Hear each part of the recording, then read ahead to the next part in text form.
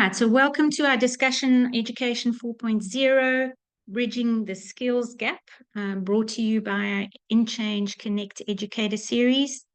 Thank you for joining us. We have people represented from 54 countries, over 200 people that registered for the event. I do know that some people are not able to actually participate, but they've registered because they are interested in the topic and they would like to hear a little bit more about it, and they will be able to access the recording because they've registered. You may think that that little dot out there in the middle of the blue ocean is a bit suspect, but I do believe we may have somebody from Reunion here, which is really topical because this is an opportunity for our educators to get together. It's a bit of a reunion in a sense. And it's really about bringing our educators together and to share their knowledge, their experience, their ideas, their opinions, and to do this on a quarterly basis through our InChange Connect Educator series. We'll do this roughly every quarter, and our next one will be in December. For our agenda today, we will have roughly 90 minutes, depending on where in the world you are. Of course, your time will be slightly different, but we do have the two times for Europe, Central European time, and US Eastern. We'll do a quick introduction, and then we'll ask each of our panelists to just share their knowledge, their experience about, this particular subject matter. And then we'll go into roughly a 30-minute panel discussion. Sorry about that. And we will then just brief our 4 compact modules and then give you an opportunity to do some of your Q&A. So if you have questions, I would ask you please to try and hold your questions to the end. We do intend to try and make sure we have roughly about 10 minutes for Q&A. Put your questions in the chat. We'll record those questions, and then our education advisors who are on the session with us today, there's Anelka, Elena, we also have Anastasia and Angie on the call with us as well. And we'll try to get through all of the questions. Those that we cannot get to today, we'll endeavor to try and answer those as well and give you feedback as part of our follow-up process for this discussion. Just a quick, from a housekeeping perspective, something that I can take note of for myself here is please to mute your microphones, keep them muted, so that helps us with preventing any interruptions during the discussions. And with that, we'll go straight into just a brief overview of our 3 panelists. Each of these panelists will introduce themselves in more detail with their discussion. The good thing to know up front, though, is that all of these panelists are experienced in one way or another as practitioners. So they've had opportunities both on a practitioner perspective, and they're also teachers. So they have a very, I would say, balanced view in terms of what the gaps are, and can share their perspectives of that. All of these panelists are also familiar with our simulations and with experiential learning, some to a greater degree than others. Matthias is definitely the teacher with the longest experience of our simulations, and Thomas and Andy are fairly new, but they also have perspectives that they will share with you about that. So let's talk about bridging the skills gap and why Education 4.0. Our simulations focusing on experiential learning is, many of them are really, all have a theme around transformation. And really what we're looking at doing is transforming our approach to how we deliver education to our students at a higher education level. And really what we're hoping to do is to help them develop skills in a variety of ways, but of course focusing quite a lot on critical thinking, creativity, digital literacy, those sort of skills that really prepare students to participate in the workforce as soon as they graduate. And how do we do that? Really, it's through leveraging, of course, the advanced technologies, which we'll talk a little bit more about in detail, the game-based learning, and also data-driven insights, which is data analytics is one of the key critical skills that's required. So this learn by doing approach, the outcome of that really is we hope to deliver career-ready graduates who are fully prepared to meet industry demands from day one when they step into the workplace. What are those key features of Education 4.0? There are roughly eight key features that we've identified. Personalized learning, a more focused approach on the individuals. Lifelong learning is not a new thing, but it is definitely a thing where it's important to impart skills that students can use and utilize as part of that lifelong learning, but also to impress upon them that with our environments that are changing so rapidly these days, it's really an important part of your own character that one needs to develop. Interdisciplinary learning, bringing in subjects and topics from other not traditionally included in our classes. Technology integration, of course, we'll probably talk quite a bit about several aspects of that. The global collaboration. All of our panelists have had some interaction related to global collaboration, either in the classroom with their students, as part of their work as practitioners, as part of their work as educators. This idea of flexible learning, being able to learn anywhere, anytime. The skills development, very, very important, which we've already mentioned. And then student-centered learning, making students a little bit more responsible for their own learning outcomes. And we'll go into each of these in a little bit more detail through the discussion today. So without further ado, I'm going to hand over to Matthias. Matthias, please feel free to share and drive. I think the easiest would be if you stick you in the head of the slides. I think it's easier. 100%. So we'll advance the slides. You just let me know if I'm not advancing in sync with you. All right. Perfect. Thank you very much, Tracy. Hello, everyone. Thanks for inviting me. Really interesting and inspiring webinar here. So my name is Matthias Kalverkamp. I'm a professor for supply chain operations management at the Wiesbaden Business School. We are part of the Rhine-Main University of Applied Sciences here, right here in Germany. What you see behind me is our main building of the business school. I am primarily teach in international management program, but I'm pleased to say, and that's quite important, I would say here, is that I have electives courses that are open to students from other areas, including industrial engineers, which I find very important in for my courses as well, because it creates another different and more diverse atmosphere. Before I took on this academic role, I worked for Deloitte. I will come back to the courses in a minute.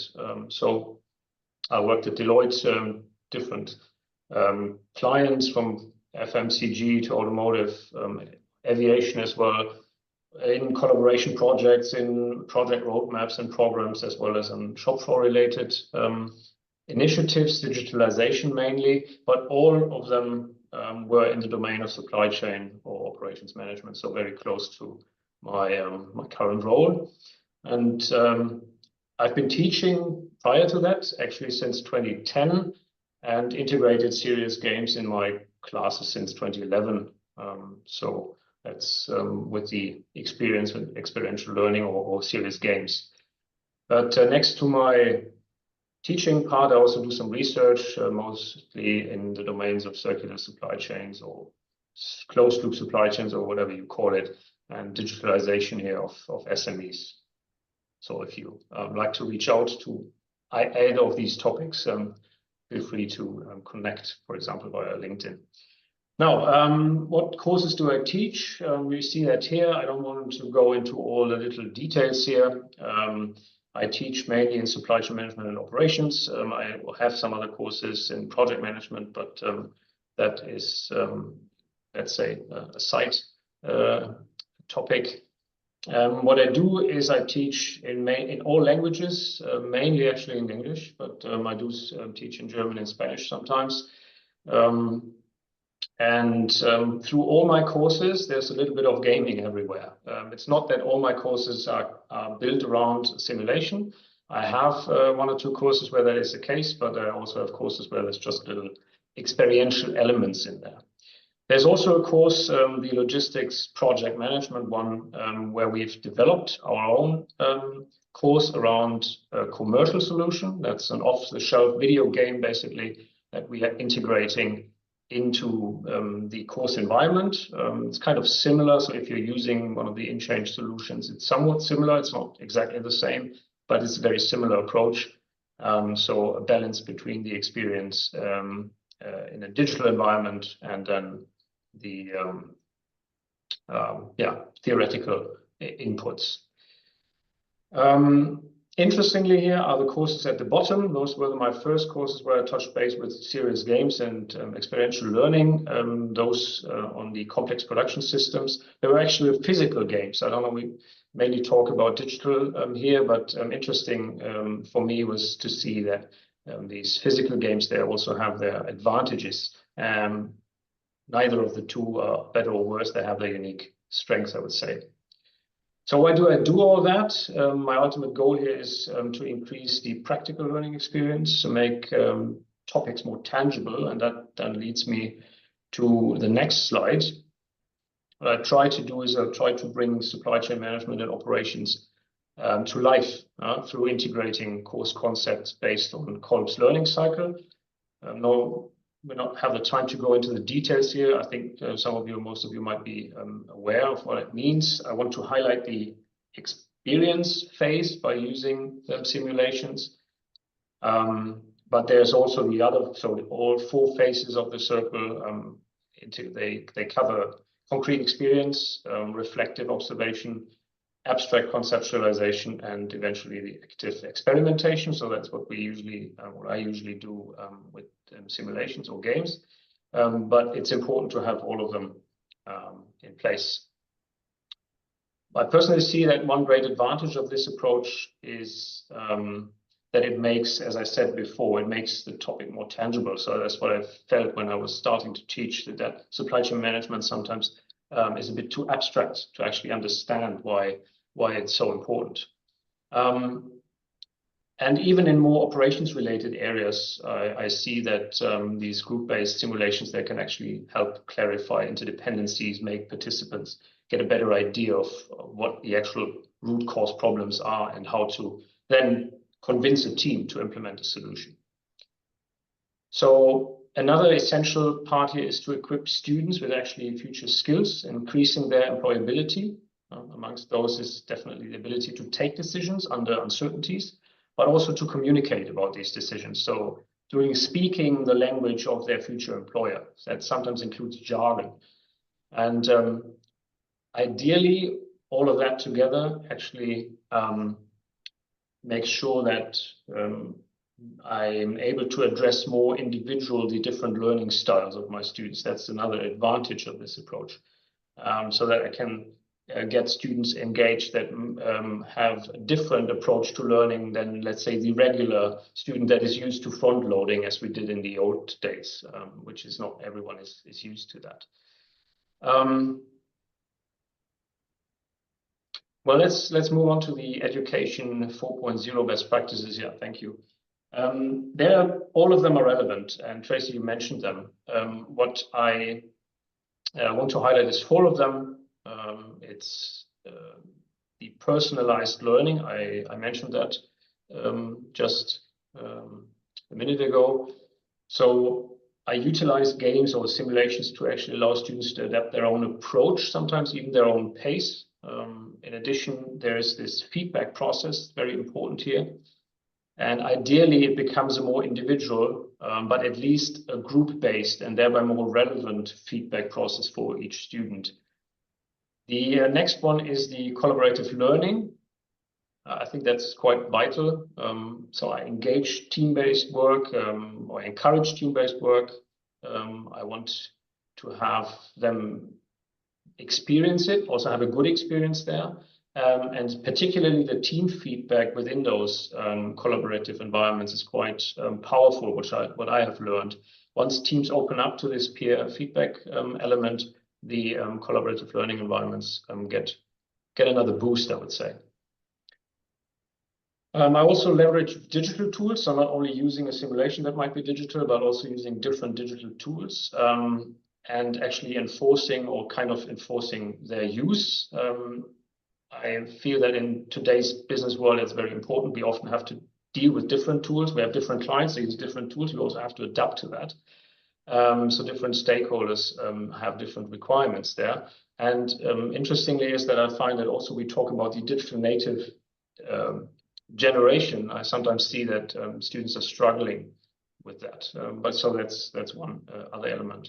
And ultimately, preparing students for continuous skill development, doing that on their own. So this lifelong learning aspect. Now, what are my own personal best practices? I believe it's crucial to have students to level student knowledge. So if you have different students of different domains or different areas in a classroom, what I have often in my electives, it's very important to bring them up to speed and level the field for them. So that's an invest in time, but it's really important in the long run from my perspective. I also believe that it's important to plan for sufficient time to introduce these tools. So as I mentioned, for me, it was a surprise when I started teaching that some students are less native, I would say, to digital tools than I would have expected. So spending time there is important. Then I come back to this feedback culture. I believe that's key. I want also my students to contribute to that feedback, so to provide their own feedback, either to what they've been learning, but also within the group to each other. So that's the feedback element. And not only the teacher or the facilitator providing feedback. And last but not least, they should be made responsible for their performance. I think, Tracy, you mentioned it as well earlier. So that can actually start with very simple things, such as sometimes I have students not showing up for whatever reason, they have a doctor appointment or whatever.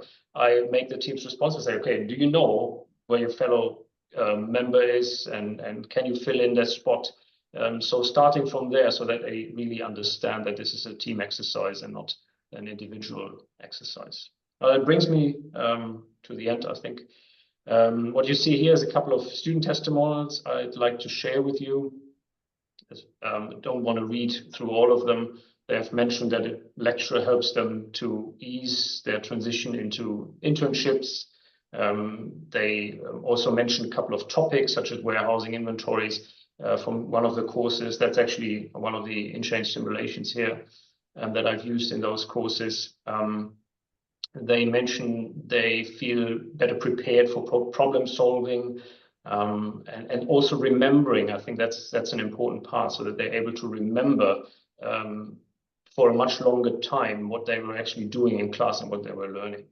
So for me, with all the pros and cons, I see that feedbacks show that this experiential learning matches the learning styles of my students. And thank you. That is it. Thank you, Tracy. Thank you very much, Matthias. It was really very rich. I appreciate that. And we'll come back to that as well when we go through the questions later. So now we're over to Thomas. So Thomas, if you wouldn't mind beginning your presentation or your sharing experience here, and I'll drive the slides again, and I'll try and keep in touch with you. If I'm moving too fast, just let me know. Okay, thank you. Hello to everyone, and thank you, Tracy and Change, for the opportunity to share my experiences. And also thank you, Matthias. You already brought up some key factors and some key issues which I have also to share about that, but you advanced it, make it a little bit easier for me. So I will just start with a short presentation of myself, then where I'm here in Colombia, and then I will start with my experiences. I'm quite new with the simulations, but I have some experiences with teaching and education.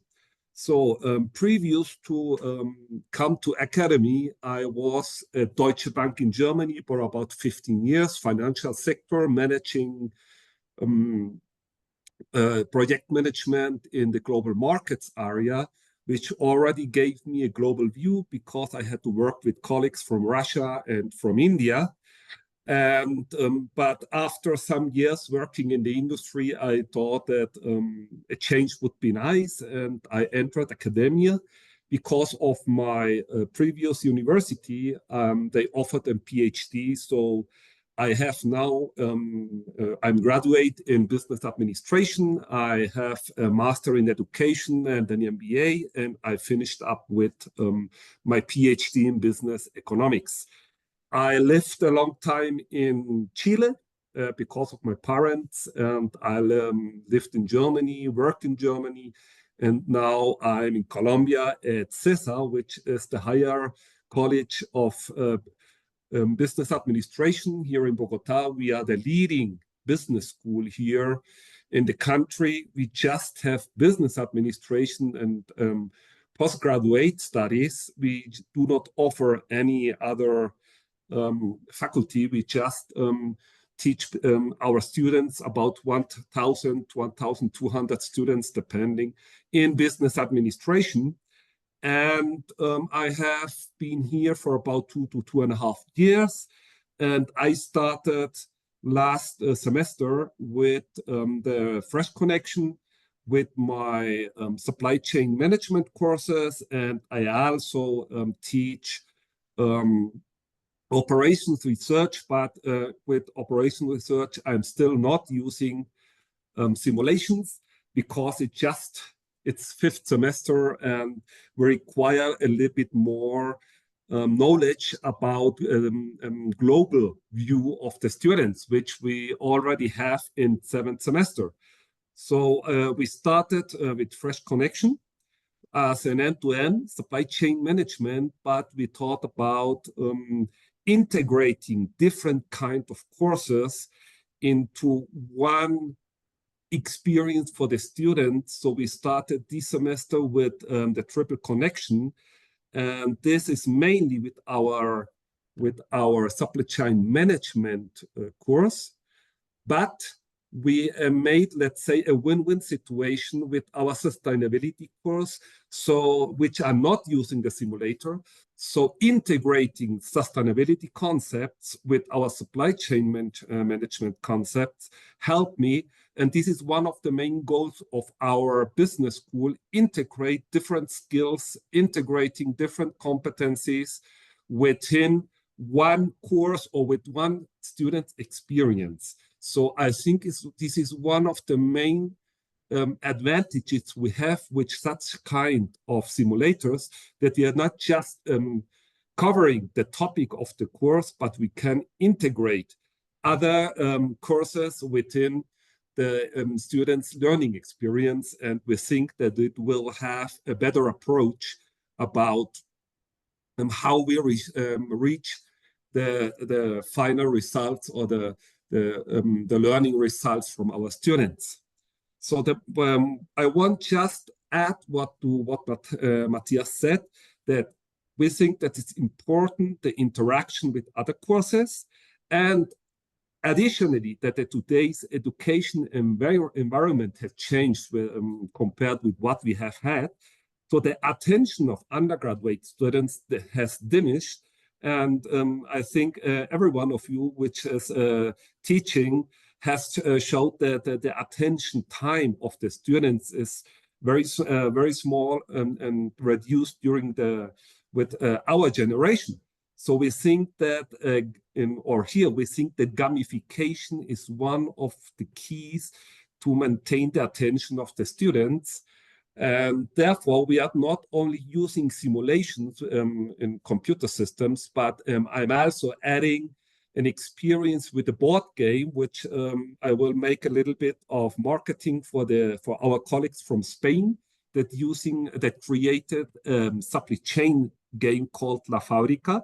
So we are making a mixture of virtual game simulation with board games so that the students can have the whole experience about what is expected from them. And again, simulation and board games is not everything, because we have to think about that sometimes they could have luck.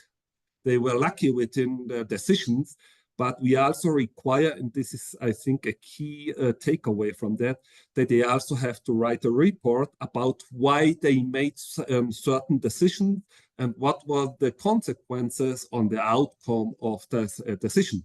And we think that having such methodology in place will give us a whole bunch of alternatives and a whole bunch of possible outcomes for the students, where they have to plan, where they have to execute, and where they have to give a feedback about the whole simulation and the whole board game experience. So can you to the next slide, please? Why we are doing that? Just because we saw that we require a skill development here. This is one of the biggest advantage of the simulations, as we have seen that our students are afraid to make decisions. So they have always, they want to be sure about what they are doing, and they don't want to take or to make any decision about what they expect to do. And so we think that forcing them to make the decisions and suffering the consequences of the decision, we think it's most important, because sometimes you get lucky, sometimes you had bad luck. So they learn about taking decisions. And again, as we're using teamwork and collaboration, as Matthias said, and therefore we enhance also the trust building skills. I don't know if you know that Colombia is one of the most distrustful countries worldwide.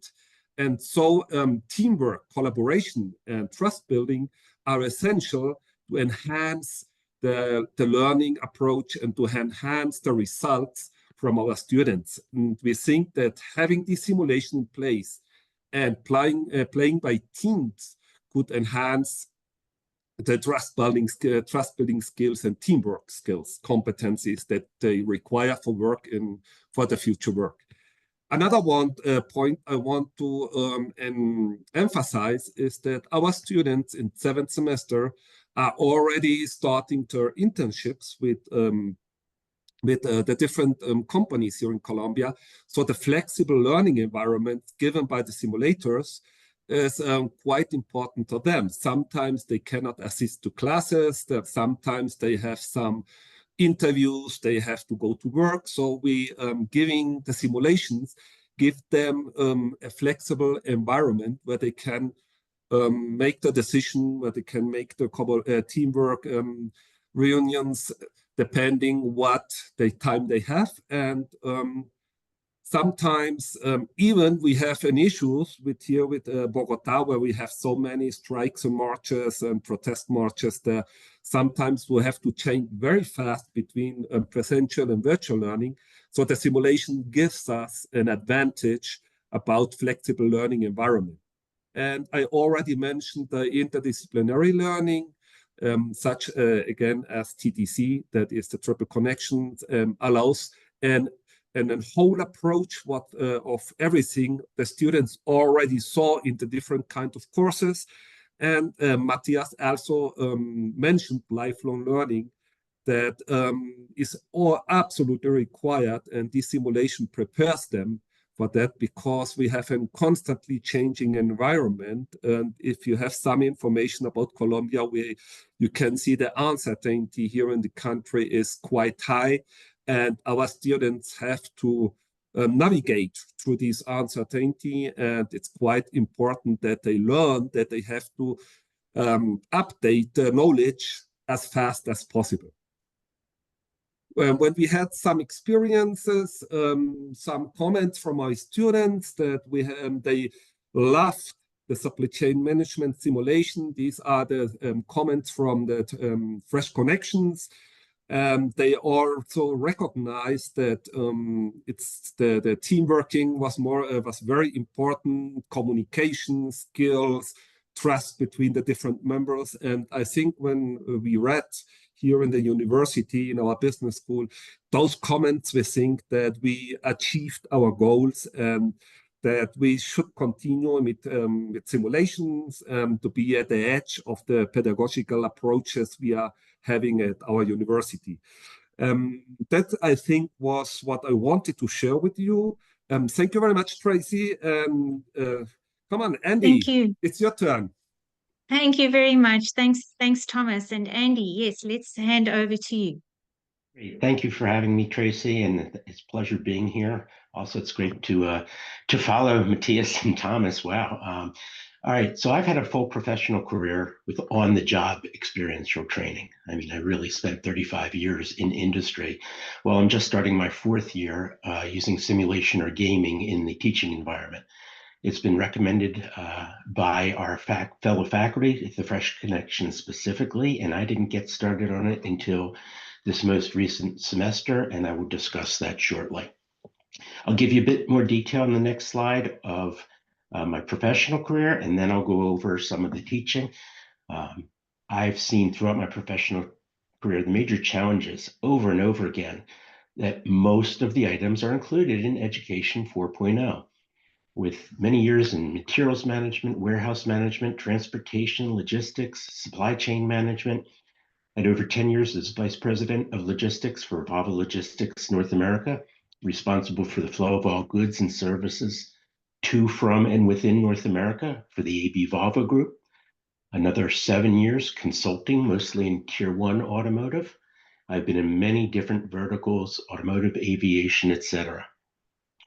As it mentions, I led the team that created the global total cost of ownership measurement tool, as well as the AB Volvo truck brand logistics policy. There is no better team building exercise to try to manage a multicultural, multi-regional language, location, et cetera, team. And I really see the need to have that as you're graduating from college. I have many practical examples, such as a purchaser coming over to me and asking me to spend $2 million so that he could save the company $20 million in piece price. And my boss said no, because we're measured on transportation cost in our department. And that just doesn't make sense to me. And I see decisions like this in industry quite often. It's not having the whole picture, not understanding the other side and what your colleagues are being measured on, the other departments, and the information that you share. I've learned that supply chains happen through osmosis historically more than any other structured process. And of course, I think that needs to change with the right KPIs and metrics. In the example before, I went over my boss's head and we agreed to change the metrics. Purchasing was no longer measured on piece price and transportation was no measured on transportation. And we saved the company that $18 million. I focus heavily on the people, process, and technology model, which includes people, processes, and I break it down a little further, systems and data, and communications. Next slide, please. All right, so I just used Fresh Connection this past summer. I piloted with some incoming freshmen, the fundamentals, and it was just an overwhelming success from my perspective. The students and I both got quite a bit out of it. This semester, I'm teaching it to all business students who are in fourth and fifth semester, before they declare their major, I have 2 sections of 150 students. And in the spring, I teach a number of sections of demand management and the capstone course, 26 students per section, and it's required to graduate with a degree in supply chain management. I plan on using the Fresh Connection end-to-end. Next, please, Tracy.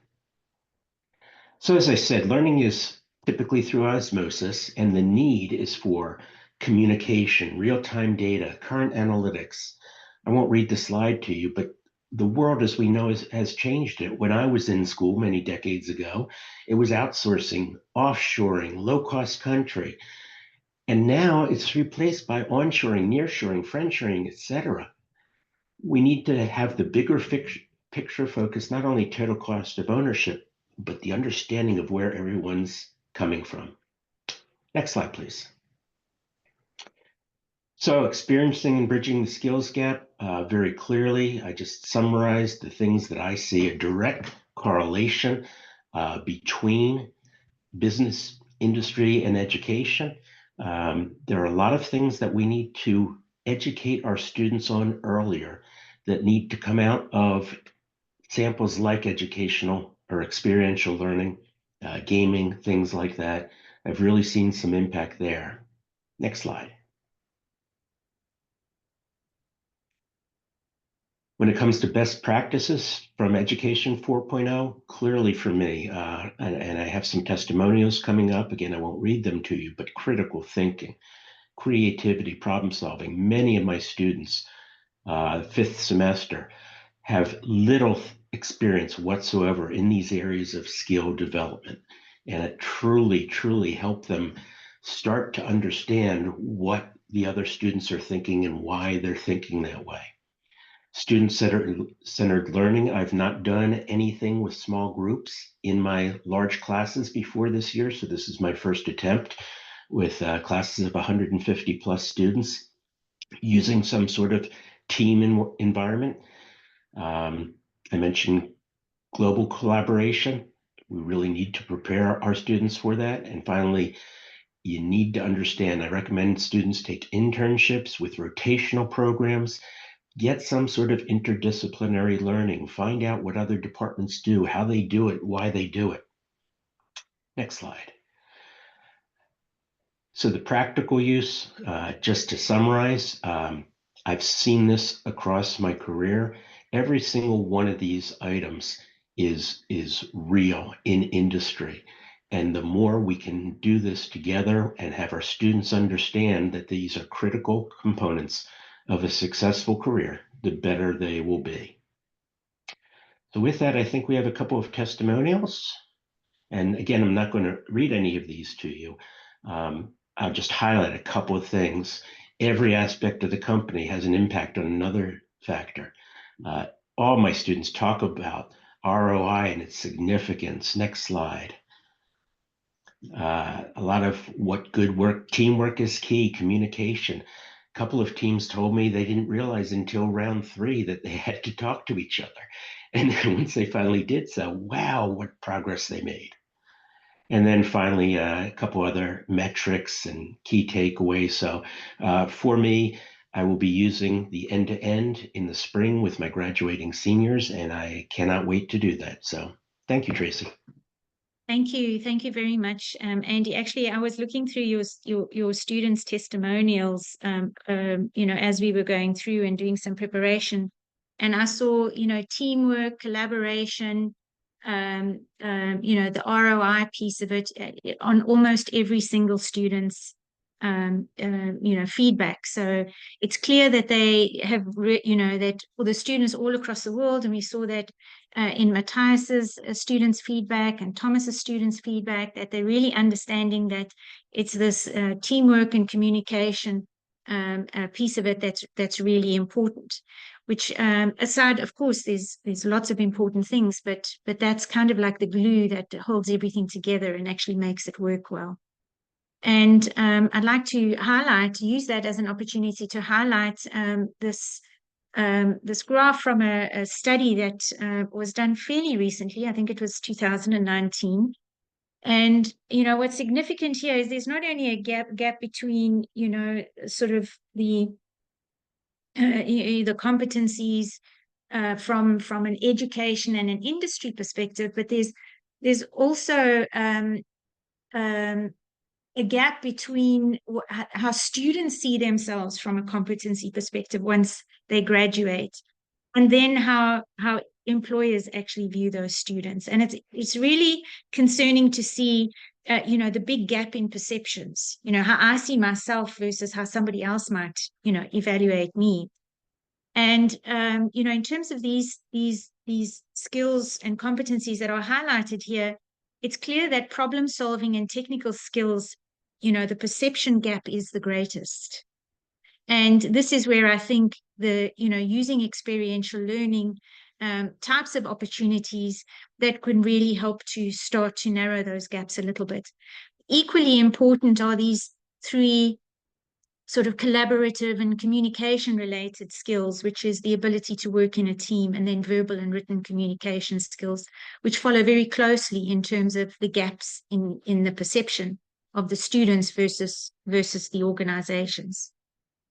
And there's another one for me that was important to highlight here, and that is this internship experience, because there wasn't such a big gap in terms of the understanding between the students, you know, of competencies between the students and the industry here. But what is clear is that internship experience on its own doesn't necessarily close that gap in perception. And so there are still elements, and so and we'll discuss that a little bit more, I think, when we go through the panel discussion about how we can use the interdisciplinary approach really to close that more. So without further ado, I'd like to go into our first question. And our first question, of course, is related to the information that you saw previously, the graph that you saw previously. And really, it's about the fact that students place greater importance on school-related attributes. And you'll see here, this is more like their GPAs and their, you know, participation in activities and that sort of thing.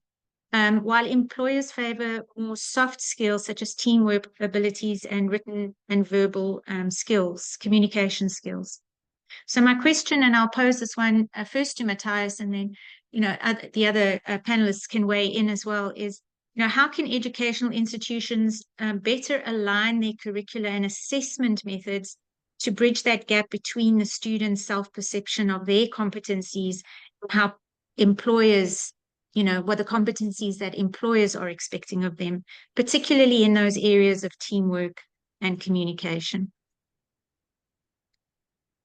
Oh yeah, thank you, Tracy. I think that actually really gets to the heart of the challenge that we are currently facing in education today. I think we've heard that from all of the panelists.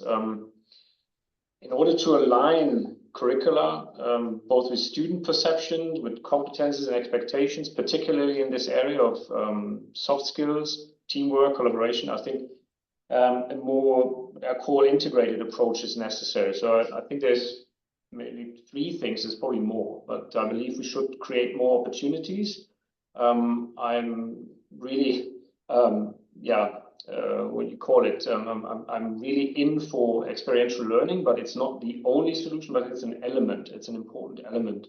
So going beyond the traditional lectures, although I feel, especially in greater cohorts, experiential learning can become quite difficult.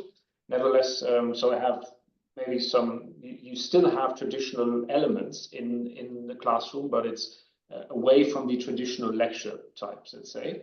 Also, the exams would likely have to change with all the challenges that are come with that.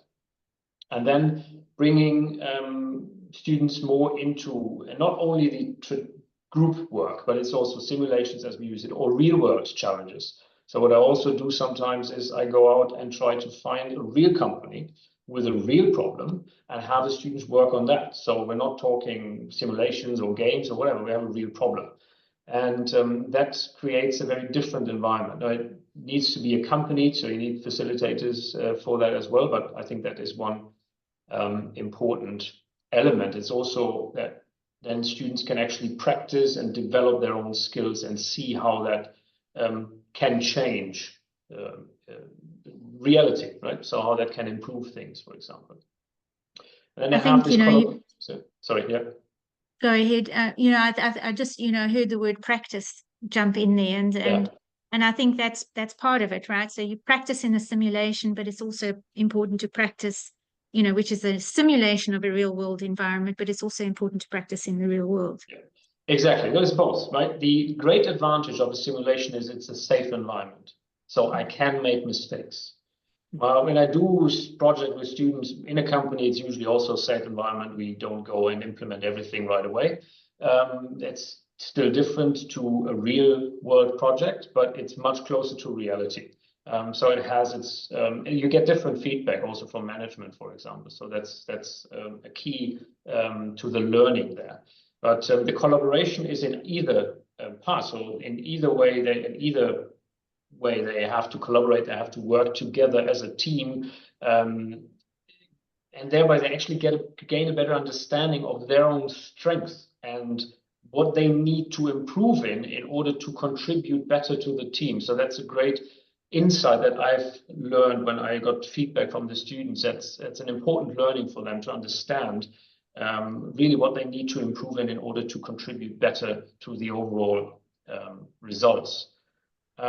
There's another part I would like to mention, and that's I think something interests or might be relevant, is to involve employers more into the curricular development. I think it's already taking place, but I think we can enhance that even further. So we just had this in our, we have an advisory board, and we just discussed quite heavily the soft skills domain. So that was, besides some of the basics that some students might not bring to the table when they reach their graduation age, but it always comes back to soft skills. And so we need to understand what kind of soft skills are in need and how does industry define this kind of soft skill, because we might have a different perspectives on it. So the more I grow away from my previous career as a consultant, the more important it is for me to get back and understand what do you understand when you talk about teamwork or when you talk about communication skills. So what is the real,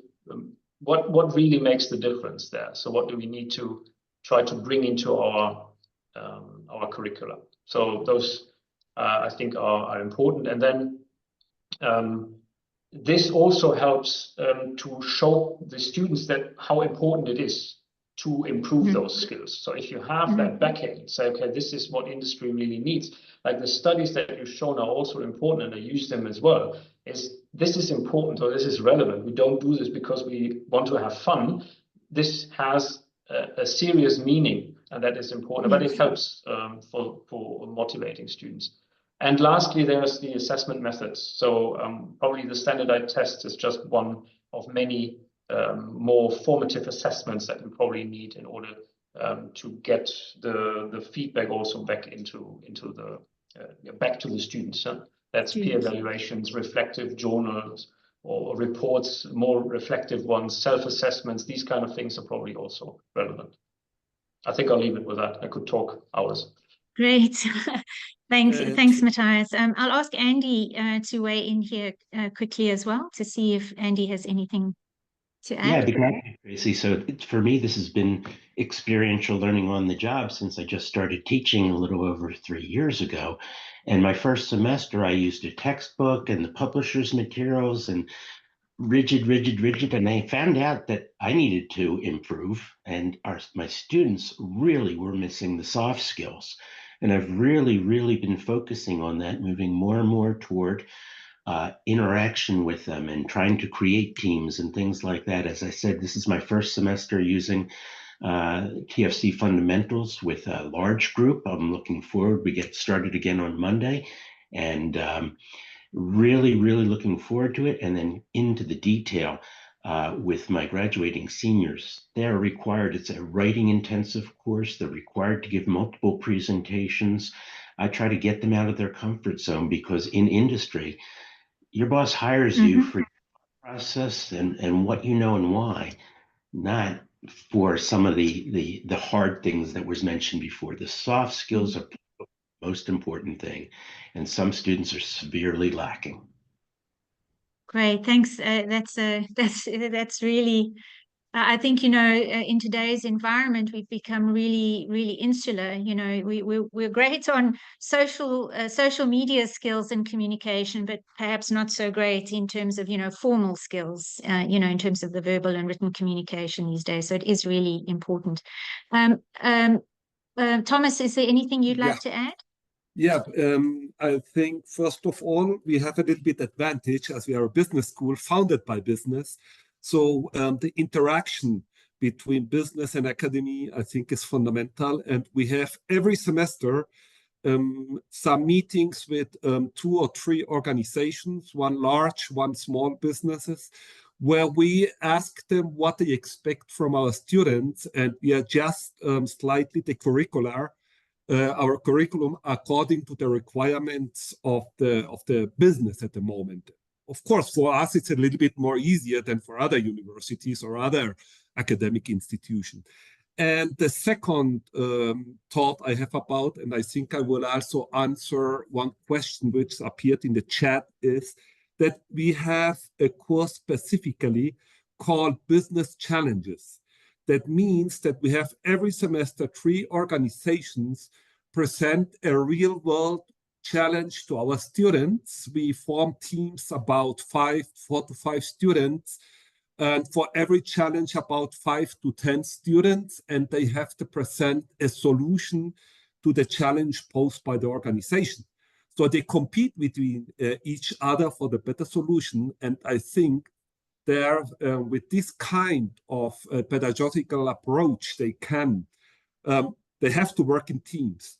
They have to address a real-world challenge, and they have to present the solution to the representatives of these organizations. And there is another advantage for the students there. So these organizations already know the students, which in future may have an internship with this organization. So I think we have to have it in curricula about these business challenges integrated to the different kind of courses within our academia. So they have the theoretical background and they have the practical experience with real-time problems. Thank you. Thanks very much. Thanks for those insights as well, Thomas. Very much agreed there. It's not just one. You have to attack a problem from many different angles, right? All right, so going on to question 2, which also relates to the previous graph on the skills gaps. One of a different study, however, you know, was referencing that businesses consider new graduates to be 3 times more likely to be below average and of the lowest ability, as opposed to evaluating experienced workers under the same conditions. And the question here is really about, you know, how and this one is posing to Andy first here. You know, how do you think your students are benefiting from your interdisciplinary approach to improve, you know, these important workplace technical related skills? So things more like the problem solving skills and the technical, the data analysis and so on. So, you know, as we learned earlier, in internship on its own may not be a good indicator of a student's workforce readiness. So how do you think, you know, the approach that you're taking now is your, you know, how your students are benefiting from that? Thank you, Tracy. So a couple of things there. First of all, I do believe internships can be valuable. I encourage my students to take them, especially a rotational program, so that A, they can find out what they like to do, but more important, they can find out what they don't like to do. You know, that's a basic fundamental, is getting yourself in the right position. But many of my students right now have already declared their major of accounting and finance and other business areas. They still need to understand what happens in supply chain management and interact. They need to not only sympathize, but also empathize, understand where the supply chain organization is coming from, what they think, why they think that way.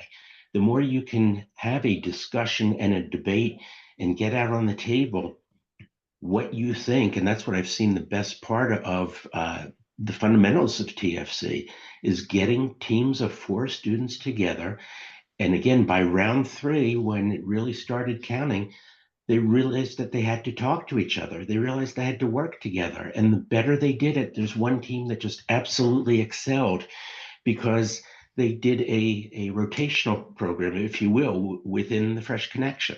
And they tried to understand each student's comprehension of each area, sales, operations, et cetera, et cetera. Great. So that's interesting. So the students rotated their roles. Is that what I'm understanding? Had one group of students, they had fewer students, they had 3 instead of 4. So we did a little rotation and it worked really well. Okay, great. Great, thank you. Matthias, do you want to weigh in? Oh yeah, I think particularly this interdisciplinary element in your question is interesting. I mentioned that I have the electives where I have students from different areas within mainly business administration, but there's also, and what I really appreciate is that industrial engineers are participating. That really is something that even if you do an internship, and I totally agree with what Andy said, 100%. So internships always worth it, even if you realize, well, that's not what I wanted, but that's good that you would learn that early on. So that's what an internship can also be about. Including myself, I had that experience. Now, interdisciplinary is really important, and if you have, when you have people from different areas, or even people that, or students that have a different perspective on one and the same topic, and that can be operations, for example. My engineering students, they have a different view on operations than my business students. Mm-hmm. That opens, if they start talking to each other, that's the if, then it opens their minds and they start to understand that there is various perspectives and they all have their say and they all have their reason. So they need to understand how to balance that and what to prioritize and how it all belongs together, right? So and that is really a learning that these kind of interdisciplinary and experiential approaches can bring in addition to an internship experience. Yeah, I think everybody brings their own perspective into a problem. And, their perspective of how to solve that problem in the best way might really be very different. And we know that in supply chain, we have a lot of trade-offs. And it really is about understanding the different areas. And because your idea of what might be the best solution may not, in fact, be the best solution for the business. It may be Correct. Work out in your department that it's the best solution, but it may not be the best solution for the business. So thank you for that. Thomas, would you like to weigh in? Yeah, thanks. I'm a little bit concerned about the internships. I noticed the simulation helps, but let me be a little bit theoretical, and I think simulation is not enough. When I started working, the first 2 months, I had an rotation between different departments of the bank. I started in private banking, I started in business, I worked in back office. I think the only area I had no chance was HR, I think because they're a little bit difficult. But we had lost this approach from the business. So the internship is just in one department. And I agree fully with Andy and Matthias that being just in one department, they lose the whole overview of the complete value chain. So simulations can help us a little bit about checking the trade-offs between different departments, but be realistic, I think it's not enough. So I think we have to interact also with business there, but we require those interdisciplinary approach, and simulations are, in my point of view, just a start, a start view for those checking the global overview of the business and the different kind of trade-offs. Yes, agreed. Thanks very much, because that actually will lead me into the next couple of slides here, which is there was a study done by Tech de Monterrey. They were looking at revamping their programs, And they did a bit of research and spoke with their industry partners and identified that there were 4 particular key competencies that they wanted to focus on as they developed their new program. And those 4 competencies were supply chain diagnosis, technology adoption, data analysis and communication, and improvement proposals. So improvement proposals is really about, working with industry partners, looking at real world problems, and then coming up with solutions, to those real world problems in a sort of project-based or internship-based type of approach. And what was clear from their first program, which they implemented in spring 2022, is the program was quite successful. They had really good results across the competencies, in terms of all of those aspects. But what was interesting to them is that on the improvement proposals, they found that though their students, made great improvement proposals to their industry partners, a lot of those proposals stayed in proposal stage. It didn't actually move into execution phase. And when more discovery was done about that, it was realized that sometimes the proposals that they made were great proposals, but not necessarily very realistic, or it didn't have enough detail, in terms of the effort and the cost, both from an execution perspective and then also, from a benefit perspective, the realization and the outcomes. So what they did was they kept their program as it was, and the program that they put together included game-based play, role-based play, using simulations at that time, not the Fresh Connection or, any of our simulations, but Lego games and some other role-play simulations as well. They included sort of these projects with the industry partners, so there were definite real-world projects to work on. It also included a mentorship, from the industry partners as well. So each of the students or student teams had mentorships as well, but they still found that there was just something lacking in terms of those proposals. And so in the fall of 2022, they implemented the simulation, multidisciplinary, multifunction, where students had an opportunity to get to see a little bit of the other side, break down those silos. And they achieved at least a 2-point average increase across all of the scores, all of these competencies, which is really significant. And in particular on data analysis and communications, which was really interesting to me, that there was almost 3-point difference in terms of the differential. So they kept their program exactly the same as before, didn't change all of the other good things that they put into place, which was this interdisciplinary approach. And then they added the simulation into that. And so, Thomas, this would be my question to you now, is how can we take these experiential learning models like the one that Tec de Monterrey has implemented, and how can our academic institutions scale that model so that we can get broader reach, to have more of an impact, on our students, for their workplace competency readiness, in light of the fact that we have such a rapidly changing business and technological landscape? Tracy, thanks. A quite interesting question and complicated question. And let's see, first of all, I'm also making a similar research here, what Monterrey did, the Tec of Monterrey did. I made a baseline comparison starting with the course, and after the simulation, I will check what happened. So I can confirm or deny what the Tec of Monterrey said. My first hypothesis, I will confirm what they did. But coming back to the question, I think the most critical aspect to leverage this model is that we have to train the trainer.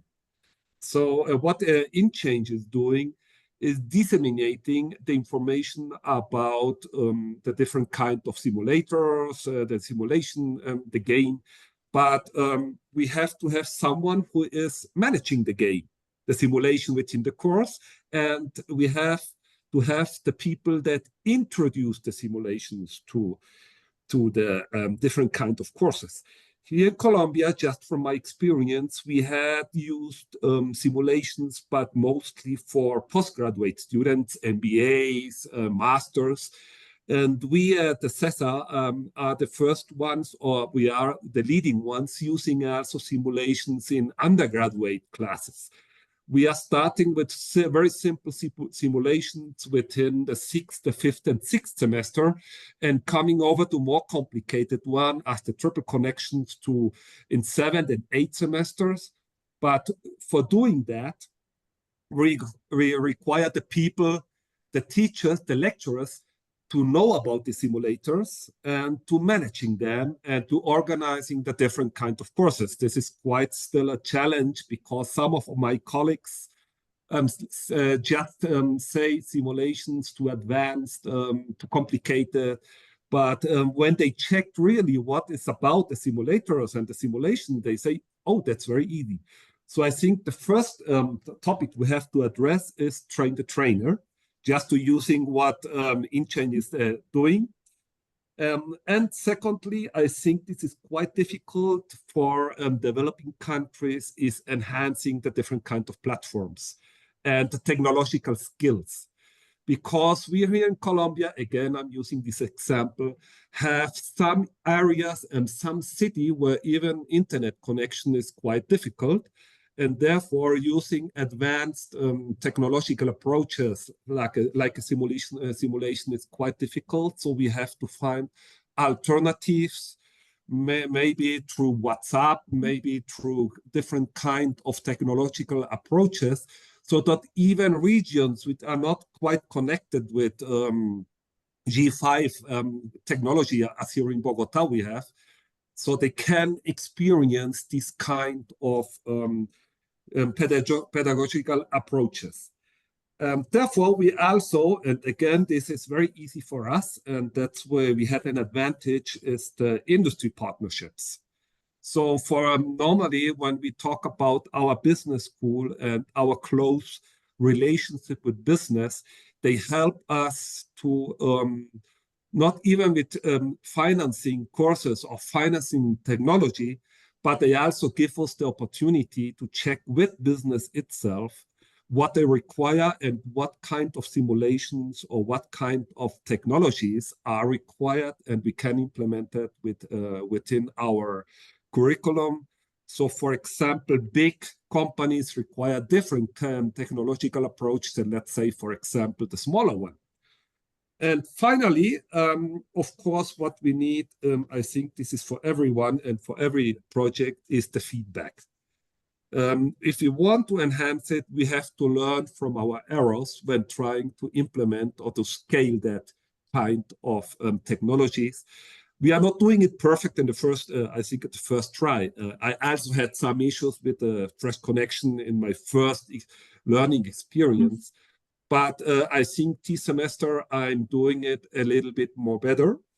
Questions or the issues I had, for example, the last semester was that they had to study, or one complaint was it that maybe watching the videos given by InChain were not enough. They wanted a little bit more approach from the lecturer, and that having it in the last 2 weeks is too short time for the 6 rounds. So this semester I enhanced it. I'm starting with the introduction for the simulation from the first day class, for the first day of the class on, and we'll have 6 weeks, 1 week for each round. That gives the students enough time to check the different kind of tools we have, the PDFs, the videos, and so on. I think this is the 4 main advantages or more defined topics we have to focus to enhance this learning experience. Leverage the digital platform and the technologies, industry partnership, feedback, and train the trainer. Thank you. Thanks very much, Thomas. Andy, would you like to weigh in? I'd love to. So again, thank you, Thomas. Really, I'd love to hear about the Tech de Monterrey article. I had not read it before. You sent it to us, Tracy, and I'm actually doing that right now. So I piloted this with 23 students in the summer, and now I have 74 groups of 4 students each, 2 classes of 150 students. And with the help from InChange, I'm able to work through the process from the technical side. I'm the one that's the face of the student, and I have a little bit of background support. I truly believe in the phrase, if you don't make a mistake, you haven't tried hard enough. And I also like Elon Musk's philosophy of fail fast. And what that means is basically, try harder. Don't make big mistakes. Make a lot of little mistakes quickly so you can learn from all of them and fix many things at a time. So this is the perfect opportunity to do exactly that. Great. Thanks. Thanks, Andy. Matthias. Yeah, I'd like to come back to the question here about the scaling, and I totally agree with what have been said. I would like to add to that. And we've heard it from Thomas that it's also a requirement there that you need the teachers, not only to be able to use the simulation, but you need teachers, facilitators to translate sometimes what is happening, so that you really make sure that all your students are well on the same page. You don't lose anybody. Well, there might be someone lost, unfortunately, but not because this. It should not be because you don't have the manpower or the capabilities to actually support them. And the scaling part, maybe there's something also what would be what really help. And I think we had that question at some point. I was starting to scroll through the chat. Is what do you do in bigger cohort? So Andy mentioned above 100.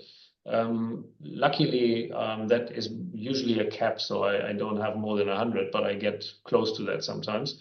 But I usually don't use a TFC or any InChange simulation there, because I would have to handle that course totally on my own and do all the individual feedback, which I would like to do with I don't know how many groups that I have. So I don't know, 20 groups is or not that many, but that is probably too much because there's other teaching responsibilities. Now, how can that be supported from a technological point of view? I think is to integrate more learning analytics within these kind of simulations, so that they're supporting both the students or the participants, well, it doesn't have to be students all the time, and the trainers as well, so that there is, and I believe there's technologies out there. I've discussed a couple of things with experts on serious games. So if we are able to integrate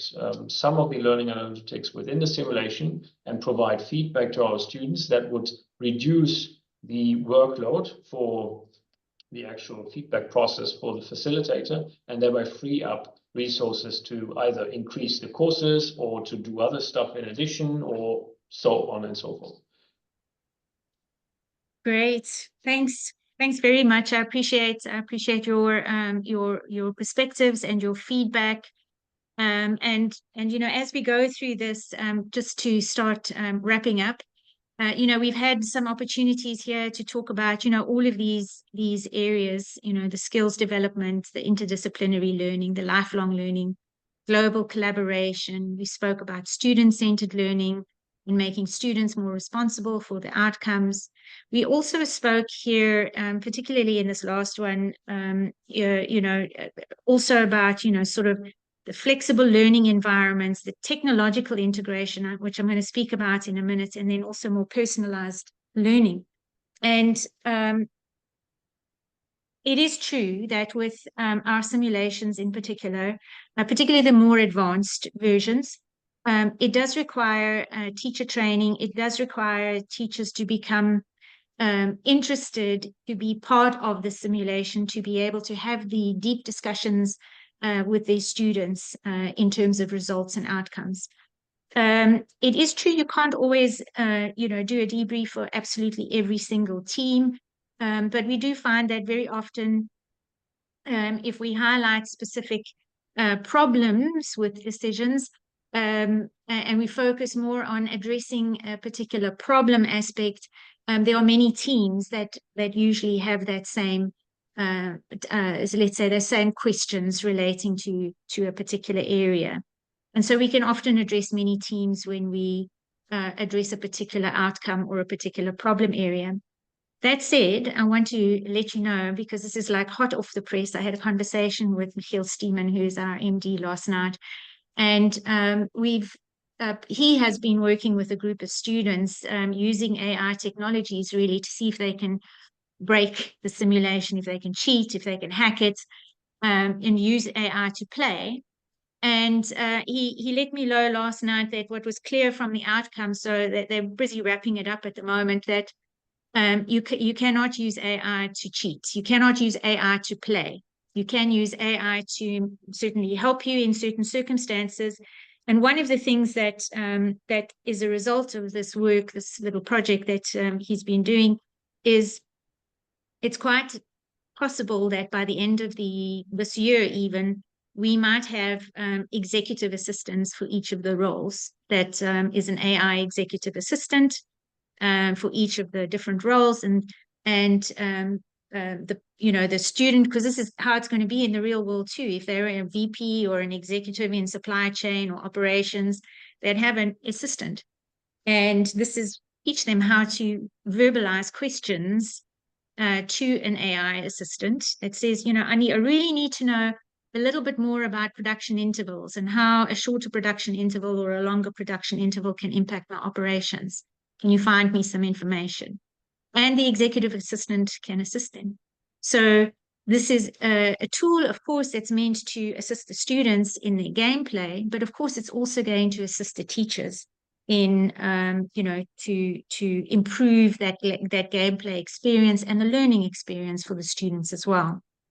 But not only that, of course, it does help us, so use similar technology to do exactly what you've just mentioned now, Matthias, is how do we help teachers? How do we assist the teachers to lighten the workload? And using this type of technology, we can indeed, we've got some grading. We have a grading tool now available for the Fresh Connection, but we'll also work on other grading tools going forward.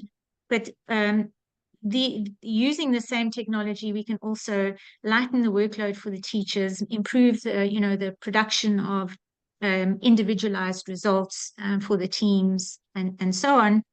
But not only that, we're at a stage now where we can even make it a little bit more self-directed, where it can be a really individualized learning experience. Thomas, I see you have your hand raised. Yeah, very interesting what you are presenting with the AI, but I would be mentioned that we have to be very careful that the AI is not making the decision for the student.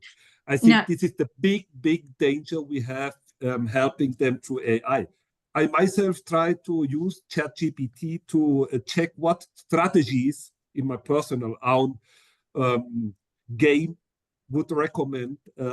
He did not help me. He gave me some hints. That's okay. But when you have the personal assistant for every role, I would be a little bit careful. I would be careful about what they are suggesting to students, because they just take what the AI says and they introduce that without thinking about the consequences. And I think that's what counterfeit a little bit the learning approach.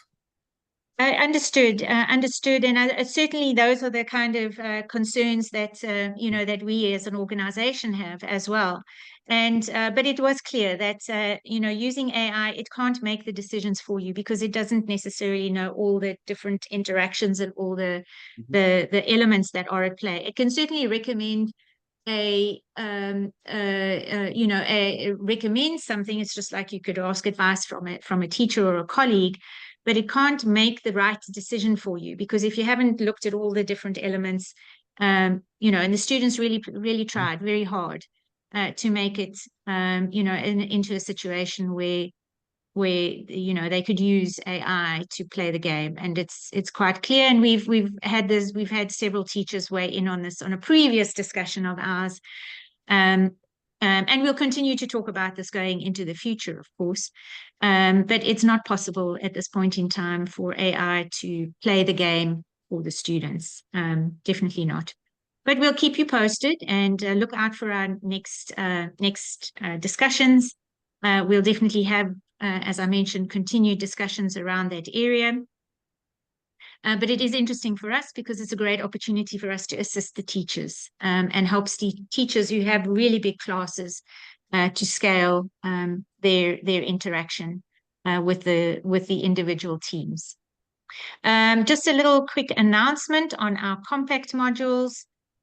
We do have compact modules now, which are modules that can be implemented in a very short space of time. Doesn't need too in-depth TTT. We do have self-guided training modules, particularly in our Introduction to Sustainable Business module here. We will have a more in-depth product webinar on these. We've got more than these two that I'm showing you here, but we will do a product session on these two coming up. We'll keep you informed of that. And of course, we have our Global Educator and Trainer Challenge coming up. And this is another way that we assist our teachers to get more familiar with our simulations and see what's possible. I love the use of the simulations because our main aim is to assist the teachers to elevate their levels of understanding of the simulation itself and how to use the simulation. It's not about their content. The professors, of course, understand the content very well. But once you are familiar with the simulation, there's so many different ways that you can use the simulation and apply it and adjust it and make it more customized to your own particular syllabus requirements. So this is one way that we help our teachers introduce new concepts to them, is through our Global Educator and Trainer Challenge, which is going to be between November the 12th and November the 27th this year. The theme this year is going to be on our CO2, TFC, the Fresh Connection CO2 optimization, and also market expansion, or our logistics footprint, logistics network design, a learning solution. So if you're interested, you just have to register. Even if you don't know the simulations very well, you're welcome to participate. We'll assign you to a team where we know that somebody has at least some experience, in that team. So please feel free to participate there. And I know we are really short now. We've just got 5 or 6 minutes left. Is there a particular question? Perhaps the education advisors can let me know if there's a question that's come up more than once or twice that perhaps we can pose. All good, Tracy. I think all the questions were responded. Okay, all good. Any other questions? Anybody want to raise a hand? Anybody have a question to pose to our panelists before we close off?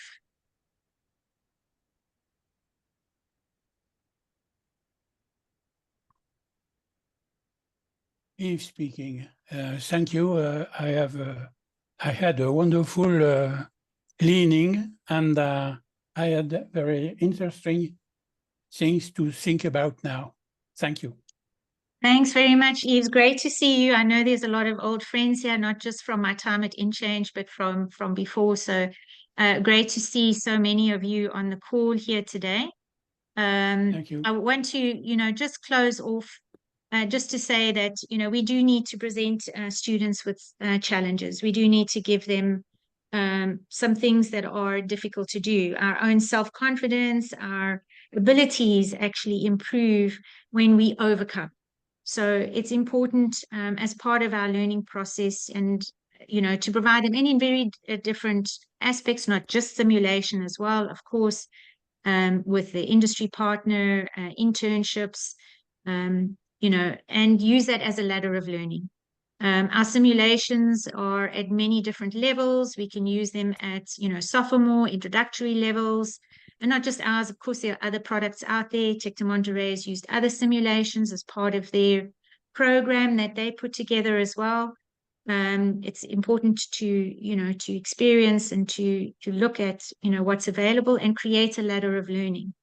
So you can start with more introductory level simulations and go to more complex and advanced, let's say, learning solutions that we have, so that even with the Fresh Connection, for example, going through a 4-year program, we have solutions that can be addressed at every single year. And so every year, as students come back to doing a simulation with the Fresh Connection again, there can be some familiarity, some framework that they've learned before, but now they're being presented either with a different data set and a completely different environment, a new challenge. It helps them to just take it up, just keep increasing that level of interaction. And then, of course, when we look at interdisciplinary, it's also about, Thomas mentioned earlier, getting the sustainability class to perhaps present or put a paper together for the supply chain class to work at. We work with a physical and a financial supply chain as well. It's quite interesting to see if we can bring these two groups together to participate in this interdisciplinary type of learning approach. And I think there's quite a lot that we can really think about in terms of how we can scale improving supply chain industry related competencies for the students, not just using simulations. It's a composite. Simulations is a part of it, but it's bringing all of these elements together. We will send out the presentation, of course, which will include the references, so you can take a look at these studies that we've used as part of this this panel discussion here today. And I would encourage you, if you're we've got many friends here, we've got people with lots of experience, people we've known for many years who've used the simulation. We've got some people that are new or less experienced in terms of using the simulations, and then we've got people that haven't yet explored our simulations at all. So I'd like you to encourage, whether it's our simulations, any other simulations, please don't wait any longer, because it really does improve the learners' self-confidence. It improves their knowledge acquisition, and it's been mentioned by the panelists as well. The learning is much stickier. There's much more stickiness to the learning, and it stays with you for a longer period. So I want to thank you all for your participation today, and I'll leave you with this this quote by Aristotle. It's age old, but it still holds true today. So let's continue to provide interesting challenges, to our students. Let's help them be brave in terms of making those decisions, because we know that they're very often afraid even to make decisions in a simulation. Let's encourage them to make more decisions, to practice that decision making, because whatever they do in the classroom is going to translate also to their abilities to problem solve in their home life experience, in their work life experience, in their social life experience. So I'm very pleased. I feel really grateful to be hosting this session with our panelists. Thomas, Matthias, Andy, thank you very much for your participation. Really appreciate your willingness to share with us and the broader education community. If anybody would like to contact us, you have our communication details, of course, so please feel free. And if you'd like to get in touch with the panelists concerned, look them up on LinkedIn or let us know. We'll put you in touch with them. And I'd like to thank everybody for their participation today. Thanks to everybody. Tracy, just a last question. You are speaking at the RRS this next week. Can you send us some feedback from this conference? Yes, we will definitely be sending feedback, first of all, from this webinar, but once we've participated, I'll be using outputs really from this panel discussion as part of the ARS presentation that I'll be doing at the CSCMP conference on Saturday. Weather holding, hopefully, because flights tomorrow, the hurricane is still going through there, so we'll just cross our fingers. Weather allowing, I will be at the CSCMP ARS conference delivering a presentation there, and we will provide feedback as well. Thank you so much. Thank you. Thank you, Eve.